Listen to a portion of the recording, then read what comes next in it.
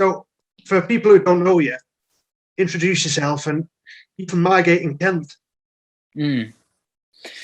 Yeah, bro, I'm from Margate, mate. There ain't many MCs from Margate. Like, I'm one of one. So a lot of guys are doing their thing, but I was lucky enough to sort of break through, have some breakthrough moments. And then I just kept creating moments, you know what I mean, for people. And the more I did, the more people paid attention. And the more popular I noticed myself getting, the harder I worked. And it just seemed to work for me. It was a bit of luck as well. You know what I mean? So I was very lucky in life, I guess. Sure. I mean, you've just touched on it there. It's kind of a small place, Margate, isn't it? Very small, bro. You can get to one side. You could run from one side to the other in half an hour. Oh, wow. Yeah. So what was the kind of music influences? In my musical influences, bro, you got them there on the wall, like Pac, obviously, growing up, listening to Tupac, listening to plenty of I grew up in the 90s, so I was listening to a lot of that era of rap. So the Shady Records era, the Dre 2001 came out, and my early influences were like the early Eminem albums, early Tupac albums. Well, at that point, I caught them on late. I was late to the Tupac party because I was late 90s. You know what I mean? By the time it was 95, 96, when he passed away, I was only 6 years old. So my brothers all introduced me to his music. Growing up, I was just obsessed with that shit. Sure. And then, yeah, man, DMX, Eminem. And that was like my 90s experience. And then when it got to the early 2000s, and it was like the Shady Records era, the Game, 50 Cent, like D12, like all that shit. And then my whole style, that's when I was like, oh man, I need to get into rapping. I started rapping. I started coming up with my own lyrics, but it wasn't until I was introduced to UK hip hop that I was like, oh, there's people over here and they sound British. Because a lot of the guys that I used to hear rap, like, would rap, but they'd put on an American accent and stuff. So I just thought we had no identity. But I got introduced to like Skinny Man, Lowkey, Akala, English Frank, and then I was like, I stopped listening. I didn't stop, but I found a new love for this kind of new sound of hip hop. It wasn't like what I'd been listening to this whole time. It was kind of, it was underground, and it was like, it had that grit, you know what I mean? Yeah, exactly. No one was trying to appeal to anyone. It was just what rap is in its purest form. So I was in love with that, and I was just like in admiring the fact that you can just be yourself. You know what I mean? You can be a guy from the UK and rap with an English accent. So exactly, yeah. Kind of identify with that, I'm 35 now, and so I kind of grew up like I caught Tupac late. Obviously, he passed away when I was in primary school, so I kind of identify with that. But we're in 2021 now, and we're talking early 2000s when you got into the, you see the UK scene. We've got the likes of like Stormy and Lady Leisha, yourself, Lowkey, Akala. I think the UK's kind of found itself in the hip hop scene now. Do you agree? Yeah, for sure. There was very many, like, I feel like I've been around, and I've been a fan of UK rap and grime, and I've sort of seen it transcend into popular culture. Yeah. And I like to think that, every single person that came before me played a part in that, including me, to sort of get it to this point where it's the most number one listened to music, definitely in this country. Exactly. And I'd say, like, the respect we get around the world now is incredible. Like, but yeah, you can really become a millionaire off being a UK rapper, and that was just never a thing. I'm not saying like that's the goal. It's not about money, but you couldn't even fathom the idea of selling 100,000 copies of your album, or getting over 1 million streams. And I get 1 million streams every like 2-3 months. So for me, I'm like, fuck, man, that's crazy, bro. That's crazy. Like, I'm so grateful for the position that, like, I guess I'm in. Someone's watching over me, you know what I mean? Something's looking out for me, bro, because I'm just like everyone else. I've just worked hard, and there's people that work harder, and you know, and you know, they don't ever get the chances I got. So exactly. Can you name a few albums that you was listening to in the 90s from the likes of Tupac? Yeah, I was obviously, I had his greatest hits album, I had the Better Days album, and the way I used to hear a Tupac song and be like, that is a banger, what album's that on? And then I'd have to find it. I'd have to go through all the albums till I find that song, and I'd be like, I didn't even know this album exists. My favorite Tupac album is All Eyes on Me. Exactly. I know that was the sort of the gangster phase when he went through that whole Death Row Records, getting shot a couple of times, and he kind of like, I mean, yeah, that was my favorite Tupac album. So I remember All Eyes on Me, boy, the Slim Shady LP, sure, and Devil's Night was one of them. Yeah, brother, I rinsed that album back. The soundtrack to my teenage years, bro. Yeah, same.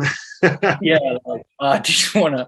There was a song in there called Revelation, and it was just all about like how much you hate, like how much I hated school, and it was just like, it's for me, like being a kid in school, getting that song. Yeah, I was like, yo, I don't even know if I should be listening to this shit. I feel that. Yeah, definitely feel that. But yeah, there's some DMX albums as well. The Great Depression. Then there was X, and then It's Dark and Hell Is Hot. Blood on My Blood, Flesh on My Flesh. Them, they were the albums I was listening to then in the 90s. Sure. Like, I don't even think I listened to anything else. Like, maybe one odd song came through. I was like, that's a banger. But that was on my playlist repeatedly. What was your reaction to the Fire in the Booth? My reaction to my first Fire in the Booth was pretty much what catapulted me into like the public eye a little bit more. You know what I mean? Like, my first warm-up session was good, and it got people talking, and odd videos got people talking. But that put me on like a big platform where I was like, a lot of people were listening to me. A lot of people were listening to that. Sure. And yeah, the reaction to that was, well, to be honest, the whole Palestine lyric situation sort of overshadowed everything. But in a way, like, it's kind of a blessing in disguise for me, because everyone was talking about this political subject, but everybody was talking about it. It was in the news. It was in different blogs. Like, everyone in the UK was going mad about it. So it was like the #1 trending topic, like, the next day. So it was very, like, quick how things just like suddenly all piled on. You know what I mean? Like, so yeah, that was one of the big opportunities, the big chances that I was talking about. Like, sure, it did blow up the internet, right? You know, yeah. Why did you think? Why in your mind did you think to censor Free Palestine when, like you say, you know, they was putting it on the news, on their own channel, at the BBC News? Why censor? I think they say it's to remain impartial, but personally, I think they're just trying to protect their investment. They're trying to. They know that that it's very political for them. You know what I mean? Sure. It's just one of them. I don't even think it was something that they knew would end up being such an issue. So, because I went back the next time and I said it again, and that time they left it in. Yeah, the Friday Night part 2. yeah, it causes grief. It caused them grief, so I think they learned from it. But I don't know why they deleted it. I think they just don't. I think they say they want to remain impartial, but I think they know what side they're kind of on. You know what I mean? Yeah, exactly. Which is fine. You can have your side. You can. It's up to you what side of the fence you're on. You know what I mean? Can't. We're on different sides, but it don't mean we can't communicate or yeah. Exactly. I mean, like you say, it brought a lot of attention to yourself, a lot of attention to this situation. What do you think about the current situation in Afghanistan? Oh, bro, I was talking to my dad about it this morning. Like, it's a little bit deceiving because we're told one thing, and like I've looked on the Snapchat maps where you can go to different areas in Afghanistan, and I've had a look around. I've seen what people are up to around there, and people are just getting on with their day-to-day life, going out, eating food, like in shopping centers. So it's not like if I was to not have seen that, my perception of it would have been way more warped. But seeing that like gave me a different perception of it. I don't know, like when the footage comes out of the guy hanging from the rope on the helicopter, and we're immediately told, oh look, they're hanging bodies from helicopters. And then it comes out like it's not, it's just some nutter. I don't think these people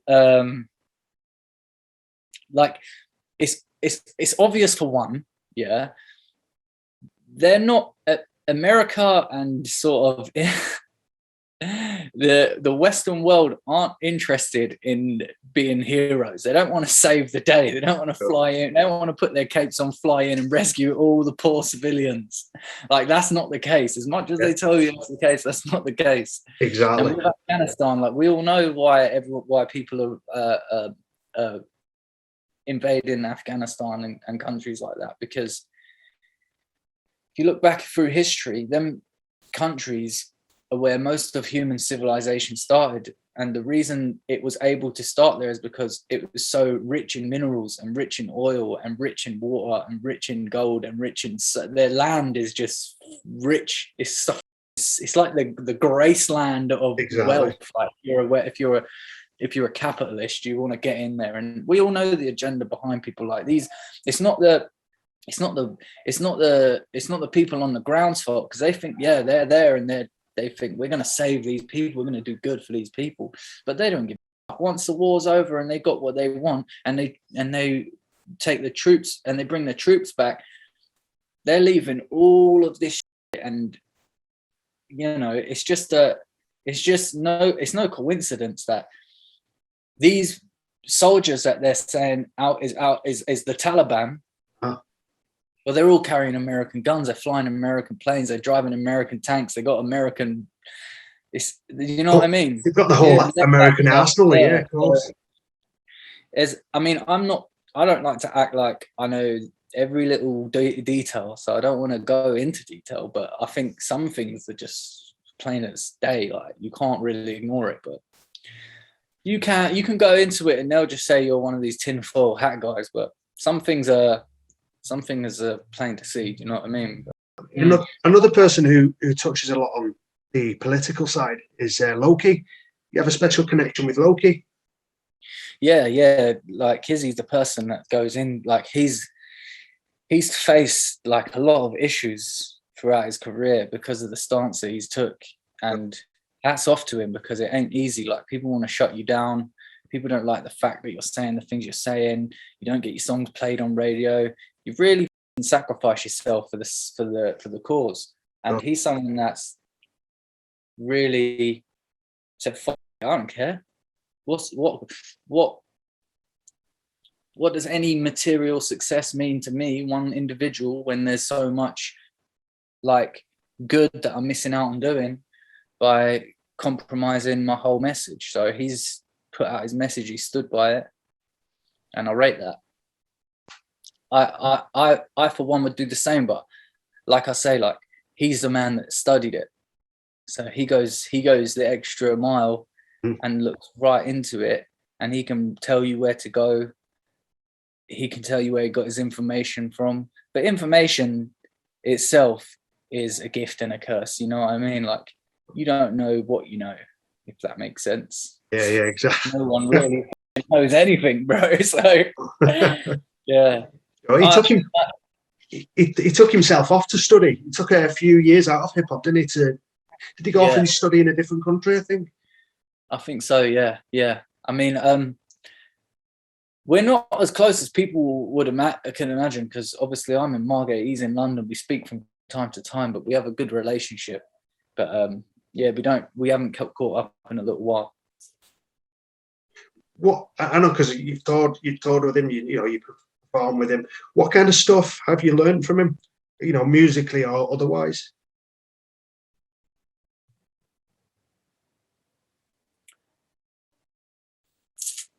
It's interesting. Like, I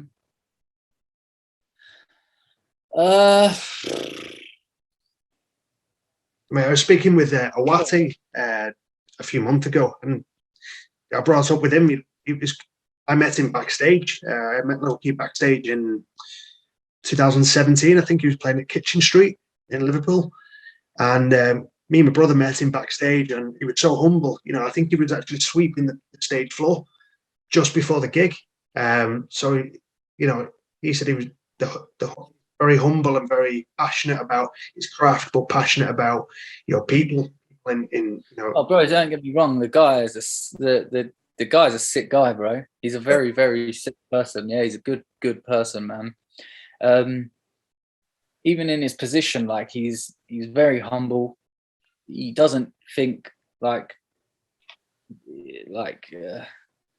some people put him on a massive like godlike pedestal, but he doesn't think of himself like that. He respects himself and he knows he's good, but he doesn't I don't think he gives himself the credit he deserves. But agreed. Agree with that. Yeah, he's very humble, very good guy, man, and he's always got time for me. Sure. So it's hard to get him in the studio, but he's always got time for me outside of music as well. For sure. I'd like to say, I think I've seen you in Manchester at the O2 Ritz. The O2 Ritz or Apollo, one of the two. And the show was just crazy. I think you opened up for him and you just ripped the stage, mate. You're absolutely crazy. Yeah, I think I remember that show, to be fair. Yeah. Absolutely crazy. The show was so yeah, every time I've performed under his supported him, it's been a crazy show, man, because people always show out, and we got that same fan base. Like, people that know about him surely know about me, so it's a nice little warm-up act if you're Lowkey. Exactly. I mean, what do you think of the UK scene at the moment? Yeah, bro, it's popping off. Like, you can't fault it. Like, everyone's doing their thing. And there just seems to be like a whole new wave of artists and MCs that are capitalizing on the popularity that this game's got at the moment. So there's been a massive cultural shift, I think, and the way people rap is completely different. Yeah. But in a way, it's still unique. It's still special. I'd like to hear more MCs spreading like more positive messages. People that are more like, I wouldn't say poetic, but I'd say like people that respect the craft a little more, because everything's just very, let's do it fast, let's make it really accessible. Like, people's concentration spans are small, so make the song short, make the verses short, fuck that, just some cool ad libs, quick hook, you know what I mean? Everything's quick, you know what I mean? Quick. Sure. So it's part of the reason why everything's excelling so fast. But every now and then you get someone come through, and if you can tell they take time and they respect the craft, and yeah. Sure. I mean, I absolutely welcome that, but I'd like to have yourself, Lowkey, Dave, Lady Alicia's popping off. She's everywhere at the moment on TV, and so I definitely welcome that. She definitely deserves it, man. She's been doing this so fucking long. You know, going back to your albums, you know, you had Your Culture 2011. I think it was really made in like 2010 and released. Right. Okay. Okay. I'm not quite sure. I might be just talking rubbish right now, but bro, that album anyway was just a compilation of songs that I'd been making from the start of my writing. Every song that I writ that I was like, oh, that's sick. I'm gonna keep that for like a potential debut album. I keep writing, I'll be like, oh, that's sick. I'm gonna keep that for a debut album. Then once I had the track list, I was like, that's my debut album. And it ended up becoming like a sort of documentation of everything of my life to that point. So sure, it was it was a really big hit. You know, I still bang it today in my car. You know, yeah, so it's a classic, that one, man. sure, sure. Something might have to revisit it myself. You know what I mean? And give it a listen again, catch some bars that I forgot. From there, though, you released it. Is it Dreamland? Was Dreamland I released Dog Culture was like my debut, but it was more of like a mixtape. I just put it out for free. After that, I released Campaign. Then I had a few more mixtapes, but Dreamland was my debut album. Yeah, my big debut, I guess. Sure. What was the writing process in Dreamland? I know you mentioned just you've written a song and you maybe put it to the side for maybe your debut album, and then once you had, it was pretty much the same thing that I did with Yob Culture. Like, I would just write certain tunes and I'll be like, that is a special track, like I need to keep that. Sure. And yeah, but it took a couple of years, but I had an outstanding album in my opinion. And the writing's always the easiest bit. It's always the mixing and the mastering and the recording and the videos and the marketing, and that's all the that's the stuff that takes ages, bro. Sure. Especially when you you're going into deals and you're tying up, so you want things to happen quick and you're waiting on this, and it can get a bit long sometimes. Sure. I think after then Mike Wright just became Mike Reckless for the I Am Reckless album. I think it was 1 or 2 years after that, after the Dreamland album. Yeah. What was the change in name? What was the reasons behind that? I just wanted to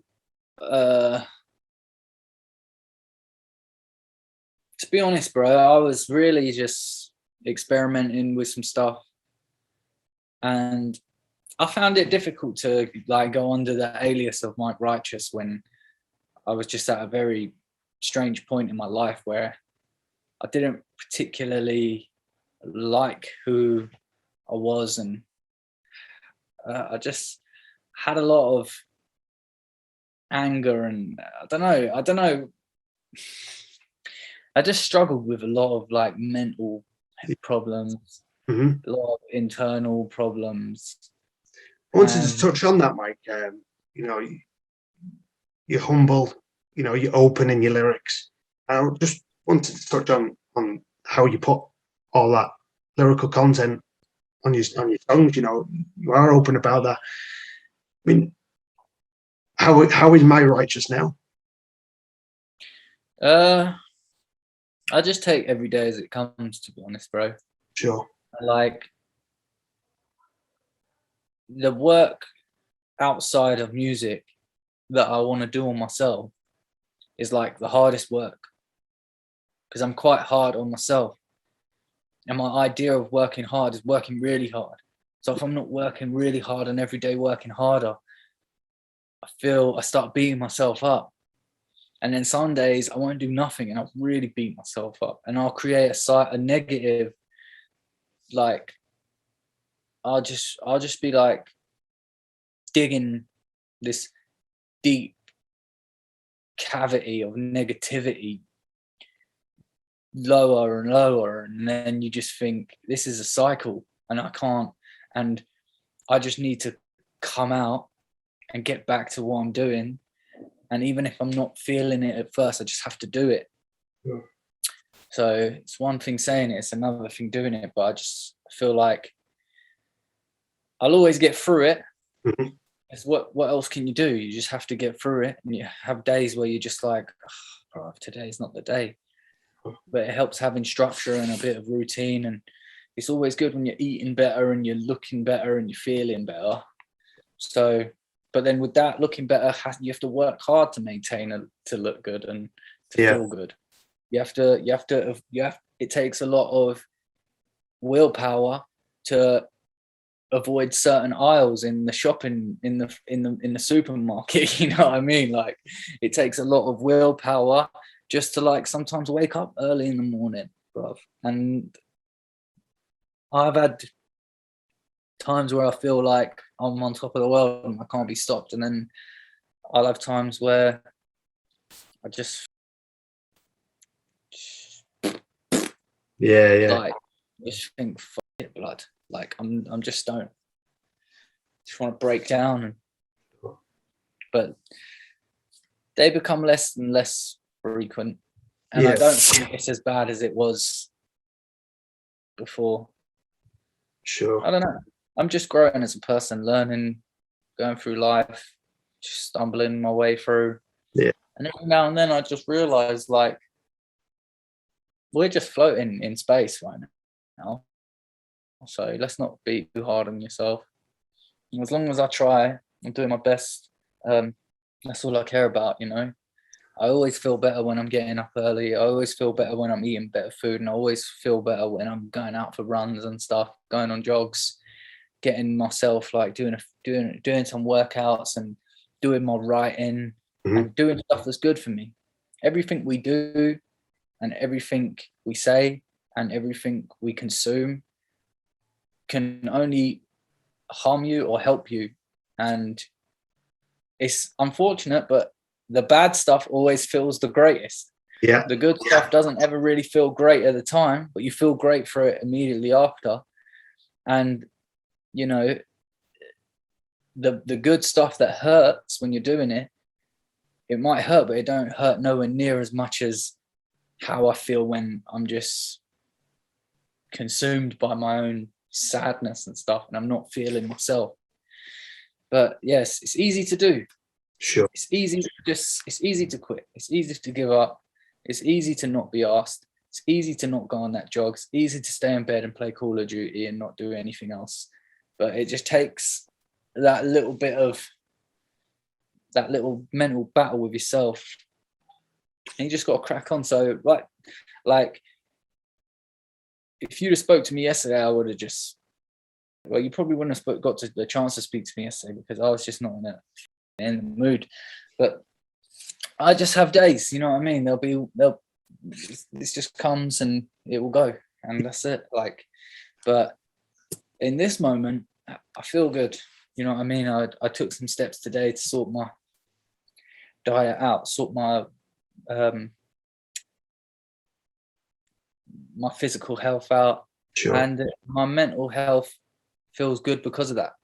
Sure, I can kind of relate because, you know, going back 5-6 years, I was a semi-pro bodybuilder, so I kind of relate to the working out, the diets, and it makes them endorphins kick in your brain, and you do feel good about that. So, I mean, if hard work at the time, I bet when you strap up and you go to the gym, you're like, oh, blood, am I going to do this again? Am I going to eat fish and a rice cake for another day in a row? Like, exactly. I remember them days well, you know, where just like Groundhog Day, I had one day off from the gym a week. I was doing 6 days a week in the gym and 2.5 hours training, and just the diet was full on, you know, eating every 2.5 hours, chicken breast and rice cakes, like you say. It's Groundhog Day, but you know, I got the results I wanted. You know, I got the pictures to look back on, videos to look back on. So I kind of relate to that, but it does make you feel good, and you know, when you're doing it. Sure, man. Yeah, but I'm just someone who's incredibly like sometimes I overanalyze, I overthink, and I'm super hard on myself. So it doesn't make this all just goes back to like my childhood and stuff like that. Sure. But it's who I am today, and some of the stuff I'm trying to like undo, some of the things I've been shown and some of the things that I've been brought up to know, but I'll try and undo some of that. But yeah, definitely just keep pushing on until you fucking die. Good advice, Mike. Good advice. Yeah. But that was the next question. What advice would you give to people who's going through it right now? My best piece of advice for people that are going through it right now is get yourself up. Stop beating yourself up. Put on your shoes. Go for a little jog. Sure. Come back. Get some good sleep. Get some good food. Mate, eating clean is your physical health is directly linked to your mental health. So if you can take care of your physical well-being, you're going to be happy. Like if you can look after you, it sounds stupid, but if you take care of your gut, you put good things in your gut, you will be happy. You'll be happier. Oh. Trust me, it's if you just drink more water, less fizzy drink, less processed food, less and just get a little bit of exercise. Make sure you're doing the things to feel fulfilled, whatever it is. Do a bit of writing, you do a bit of running, you do a bit of sports. Just make sure you've got a good balance. You know what I mean? You're not just wasting your days. My dad's fucking 70 and he makes a point of getting up at 5 a.m. He ain't got nothing to do. Sure. He gets up and he goes for long walks, and he says he can't stay in the house for too long because he's just gonna like suffer, sit there just doing what? Nothing. He has to do something. So sure. Our naturally we want to adventure and we want to explore and we want to see the wonders of the world, what it has to offer. So life is short. Experience it while you can, because this is just one version of life.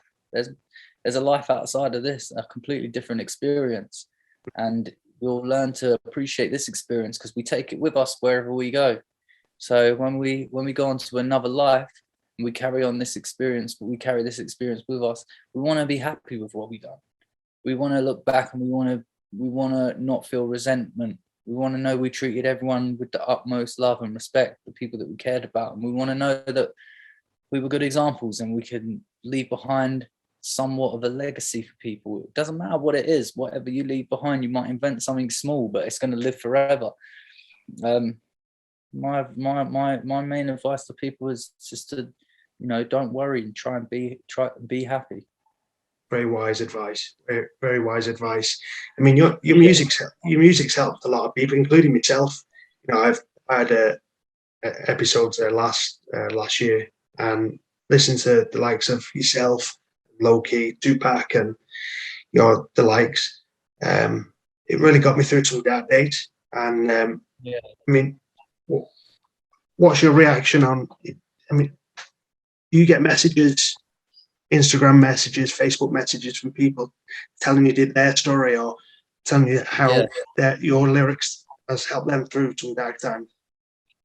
Well, first of all,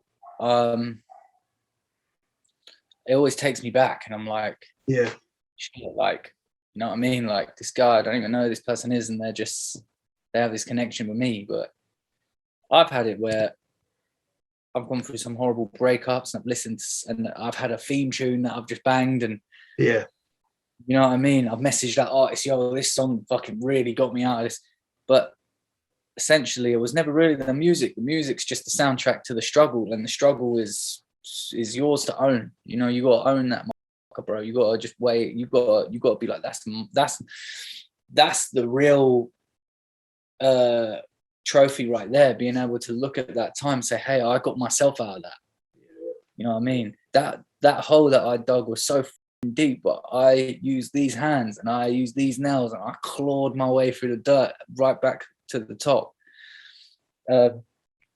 You might have needed a little bit of Slim Shady or a little bit of Tupac just to give you that motivation, but you did it yourself. You know what I mean? It's all the power was already in you.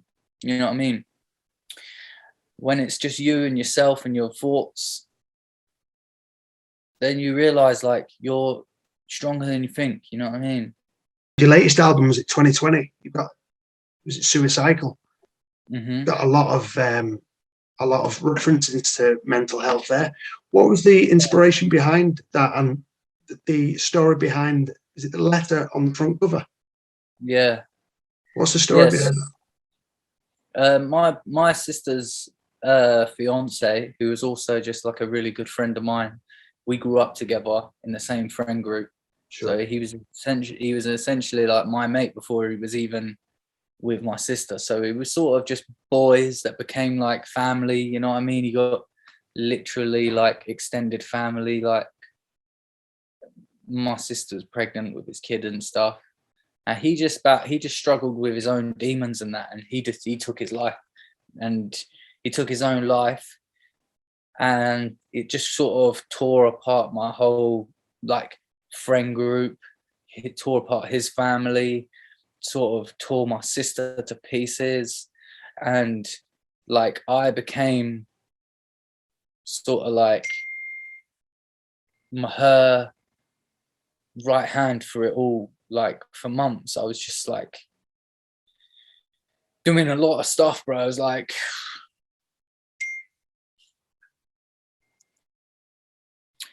I was going through some personal stuff myself, and you know, I gone through a breakup with like my girlfriend who I was with for like 4 years, and we was engaged and stuff. We had a kid and stuff, so that was like terrible timing, you know what I mean? But partly because I was spending so much time with my sister, she weren't really feeling it. But at the same time, like I don't regret none of that, because that's my sister, you know what I mean? Like I'd do it for anyone who was hurting like that. Like I couldn't walk away from them. Even at a point, like I think you do have to go into the darkness on your own. Like you do have to face it on your own in order to find like the light. But yeah, my sister really needed me, bro, and I was like just there for her. We'd like have nights where we wouldn't get no sleep. She'd sleep like in the bed literally next to me. I'd sleep next to her. I'd wear my dead friend's clothes, so I smelt like him, so she could like hold me in that. I had to like carry him to his cremation and stuff. I done a lot of stuff that just like really just like required a lot of strength, you know what I mean? Like required like a lot of strength. And he's just someone that has just really wouldn't have seen it coming, you know what I mean? Like he's just really good, handsome, tall, strong guy. Like he just had his girlfriend, had his baby, had a house and stuff. They were about to move in, do up a whole house. But yeah, man. And then he left behind some notes. One of them was sort of for me, and the other one was for his dad, his daughter. One of them was for my sister, the other one was for a few other people. And when I wrote that album, like I wrote it in the midst of like all of that stuff. So because I was like, I need to just, for me it was just about doing something, going back to something I love, you know what I mean? Finding a piece of me that I could like use as a foundation to sort of build back up on, because I just felt at that point like I'd just been completely like, all sense of myself was lost, which wasn't a bad thing because I wasn't really even too keen on who I was then anyway. So I wanted to reform my character and I wanted to become a better person. And that Suicycle just gave me the opportunity to like document that journey. So for me, Suicycle's my story, and it's how I sort of defeated my own self, or not so much defeated my own self, but it was my way. It was Suicycle was my story of how I sort of rebuilt myself and put myself back together. Sure. So I speak about the trauma, I spoke about some of the things that like broke me down, and then I spoke about like my mentality coming out of it, and I'm really realizing that, boy, this life is a beautiful struggle, and there's just like,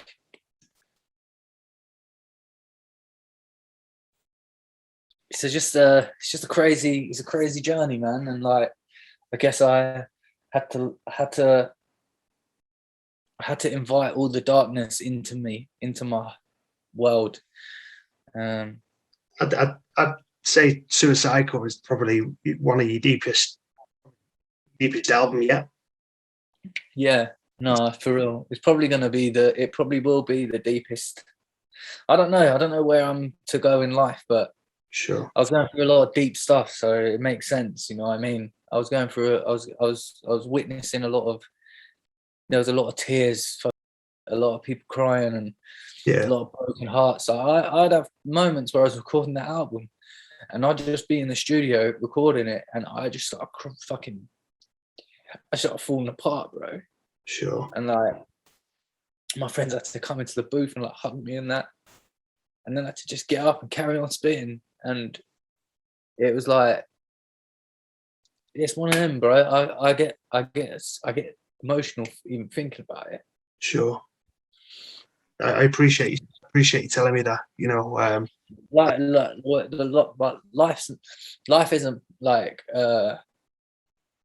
it's not personal, you know what I mean? It don't have a problem with you. Life don't have a problem with you. It's not like, oh, let's get this cunt, you know what I mean? Let's get this cunt.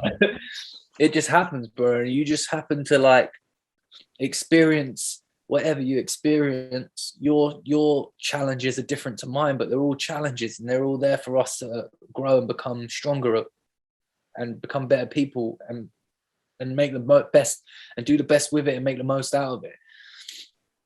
So it was for me, writing Suicycle was documenting that, saying like, if anyone else is actually contemplating committing suicide, or anyone else feels like they're broken down, well, good, because pain ain't the problem. Pain is the essence, and pain is your power.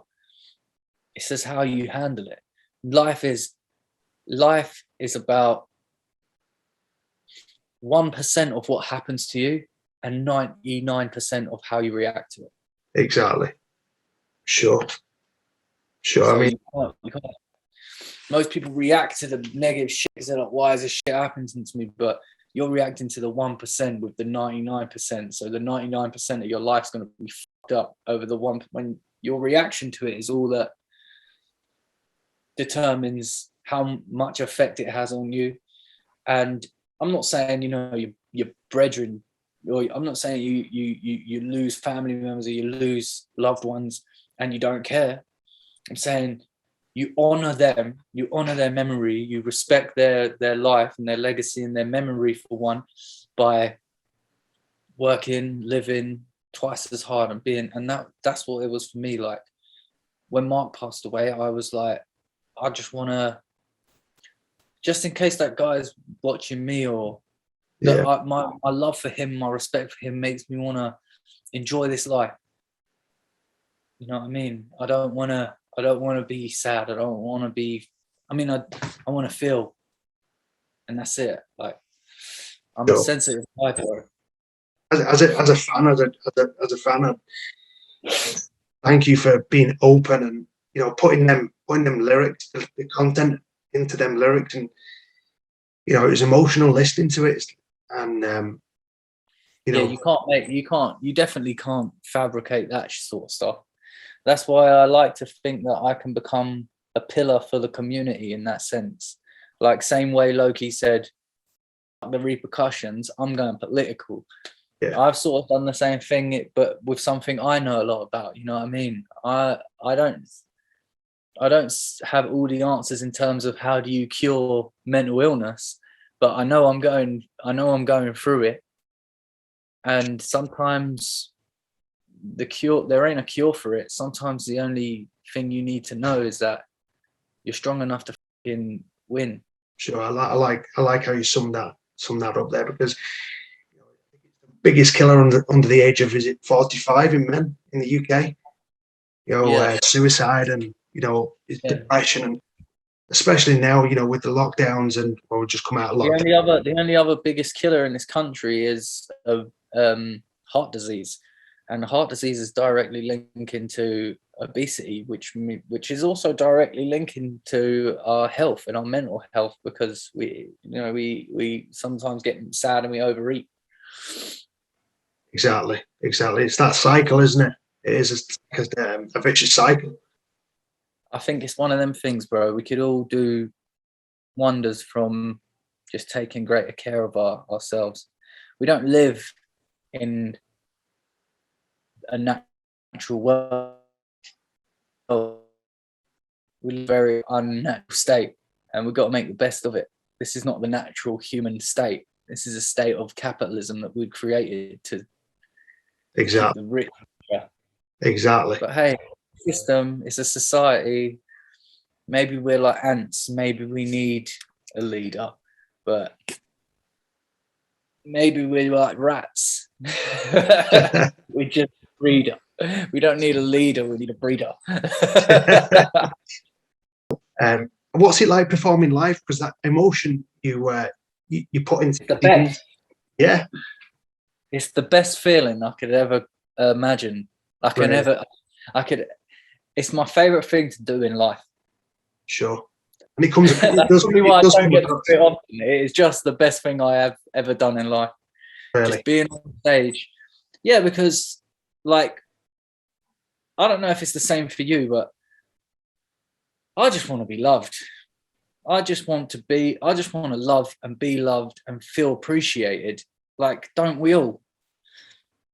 People are like, oh, I like people showing me attention. I like it when someone says, "Hey, Rocky, how are you doing today? Like, that thing you done was really good." Or when we do something that we're proud of, we want recognition for it. And there's no better recognition like a room full of hundreds of people just going mad for it. Like, that is just a feeling that I couldn't get anywhere else, man. It's just like a drug almost, yeah.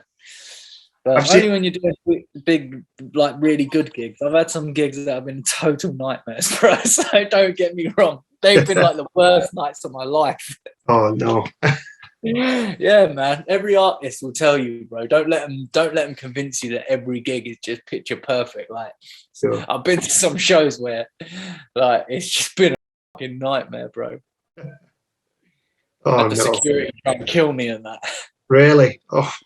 Oh, bro, I had some mad times at shows. Yeah. One time at a show, I got jumped by like 30 people. Another time at a show, I had a security guard try and absolutely murder me.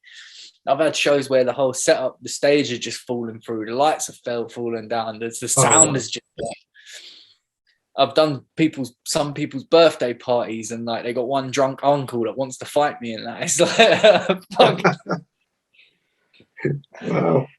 Yeah, but no, performing is my favorite thing. I know there's nothing better than doing one of my own headline shows. Definitely. I mean, like I say, I seen you in 2016, I think it was 2017, and like I say, as soon as you come on, you just rip the stage up. Took a look around me, and everyone's singing the lyrics, and yes, the energy coming off you just transferred from the stage to the crowd. Sick. Yeah, I love that.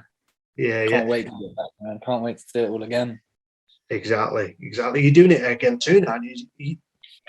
Yeah, I got some intimate shows booked November the 3rd, November the 4th, 2 dates. Sure. Both of them sold out, or one's nearly sold out. Okay. Then I got like proper shows, big shows on, I think it's early next year, February next year. I'm doing like O2 London, and I'm doing Band on the Wall in Manchester. We're going to add some more dates as it goes on, but I'd love to see you there, man. I'll be there at the Manchester one. definitely. Oh, bro, I'd love to see that. It'd be great. Yeah, I live in definitely. Warrington, so it's only Man. 10-15 minute drive for me. So, but Perfect. you know, I'll be there. I'll be there, mate, and can't wait. Yeah, man. Can't wait for that one. Yeah, definitely come through. Drop me a message. We'll get you backstage and we'll look after you as well. Oh, you're a star! Wow, No, thanks that. You and your friends or whoever you're bringing, man. for sure. You're a legend. I salute you No, for don't that. Absolute Yeah, legend. that's all right, brother. No, it's all good. Nothing, bro. Don't worry. Legend. Well, I know you got the tour coming up in early 2022, like you just said. What else have you got coming in the pipeline in 2022 that you'd like to Boy, share with your fans? yeah, I've developed like something fun on the sideline, just like a little gimmick, just to get people having fun and around. And it's just like it's a hot sauce that's really stupidly hot for no reason. Yeah, just to fuck with people. You know what I mean? Like we had to get a lawyer to write a medical disclaimer for the back of the bottle because it's so hot. But you know, the idea is that you stitch your friends up with it, but don't fucking like try and be a hard man and put it on your chicken wings because it will just fuck you up. But yeah, it's just more like I'm into like just writing songs that have a bit of like more vibe, bit more. You can tell that I'm enjoying and making it, and I'm having a bit more fun making it. You know what I mean? So my next album is going to sound like me having fun and exploring different parts of like rap, like different styles, different beats. So look forward to finishing that. I've got that project in the works. I'm working on a freestyle in the booth EP. We're calling it Freestyles in the Booth. So basically we're taking like all of my classic freestyles and we're recording them in a proper sick studio, and then we're going to release them on the streaming platform so people have got all my fire in the booth without Charlie Sloth screaming in the middle of them. Yes. You know what I mean? Without all the fucking wind and the sea and the sounds of the car squeaking and that, like from the. So we recorded we recorded the freestyles professionally, so people can actually go and listen to them properly. And then we got the project coming out, and this morning I actually took my first step towards like writing what I would hopefully end up becoming like a book, maybe. Okay. Even if it doesn't, it's just something that I'm gonna do. You know what I mean? I'm just trying to just write a bit about myself, just document a little bit about my life. It's almost like a biography. Wow. Okay. Yeah. Okay. And I think that's gonna have the title. That's gonna be like a sort of extension of Suicycle. You know what I mean? Sure. What an idea. You know, that. I think that's brilliant. You know, book from Bite Righteous. You know, and of course, documenting. I mean, there'll be some stuff to do with music in there, but that for me, it's about being able to speak freely about some of the stuff that occurred during my childhood, because I'm a little bit afraid of talking to people about it. And I think publishing it and putting it in a book and putting it out there is a way for me to just sort of really that fear off. Sure. It's out there. Like, exactly. What can anyone say about me that I haven't said myself? It's out there. So it's difficult at the moment. It's like one of the most daunting, scary things that I'm possibly doing, because I'm writing stuff and I'm like, oh god.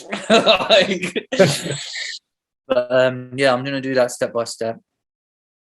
Writing a new project, the hot sauce, and I want to take a little leaf out of your book, man. I'm trying to put together a little setup. We're investing in some equipment, some lighting, some sick cameras, and we want to get like a little setup where we get people on and we talk, just have wholesome conversations, sort of like a podcast style thing, particularly for my YouTube channel. And yeah, that's something we're working on as well. So plenty things to look forward to, bro. I ain't going nowhere. Don't worry, mate.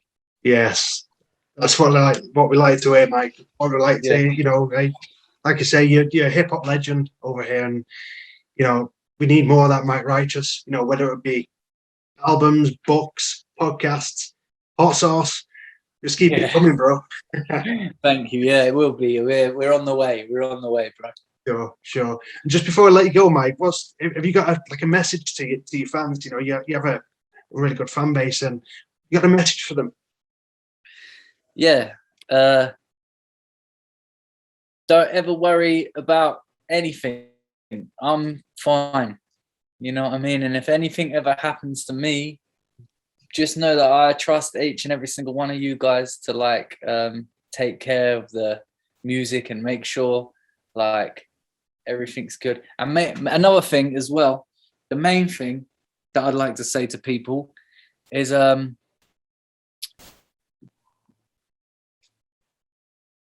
stop saying that, you know, I should be bigger or I should be more successful, or you hate the fact that I ain't as popular as I should be, because that sounds like a you problem. You know what I mean? That's your lot's doing, isn't it? I'm doing everything I'm doing over here, so you lot do better, isn't it? Exactly, Mike. Exactly. No, but I feel very grateful to have an audience. Full stop. You know, there was times where I would write 100 bars just so I could hang around with the guys on the block so they could listen to some of my bars. You know what I mean? Just so I could get a sandwich and a pepperoni. So to do it and actually get paid to have an audience, like this is like the dream come true. So it's not possible without anyone else.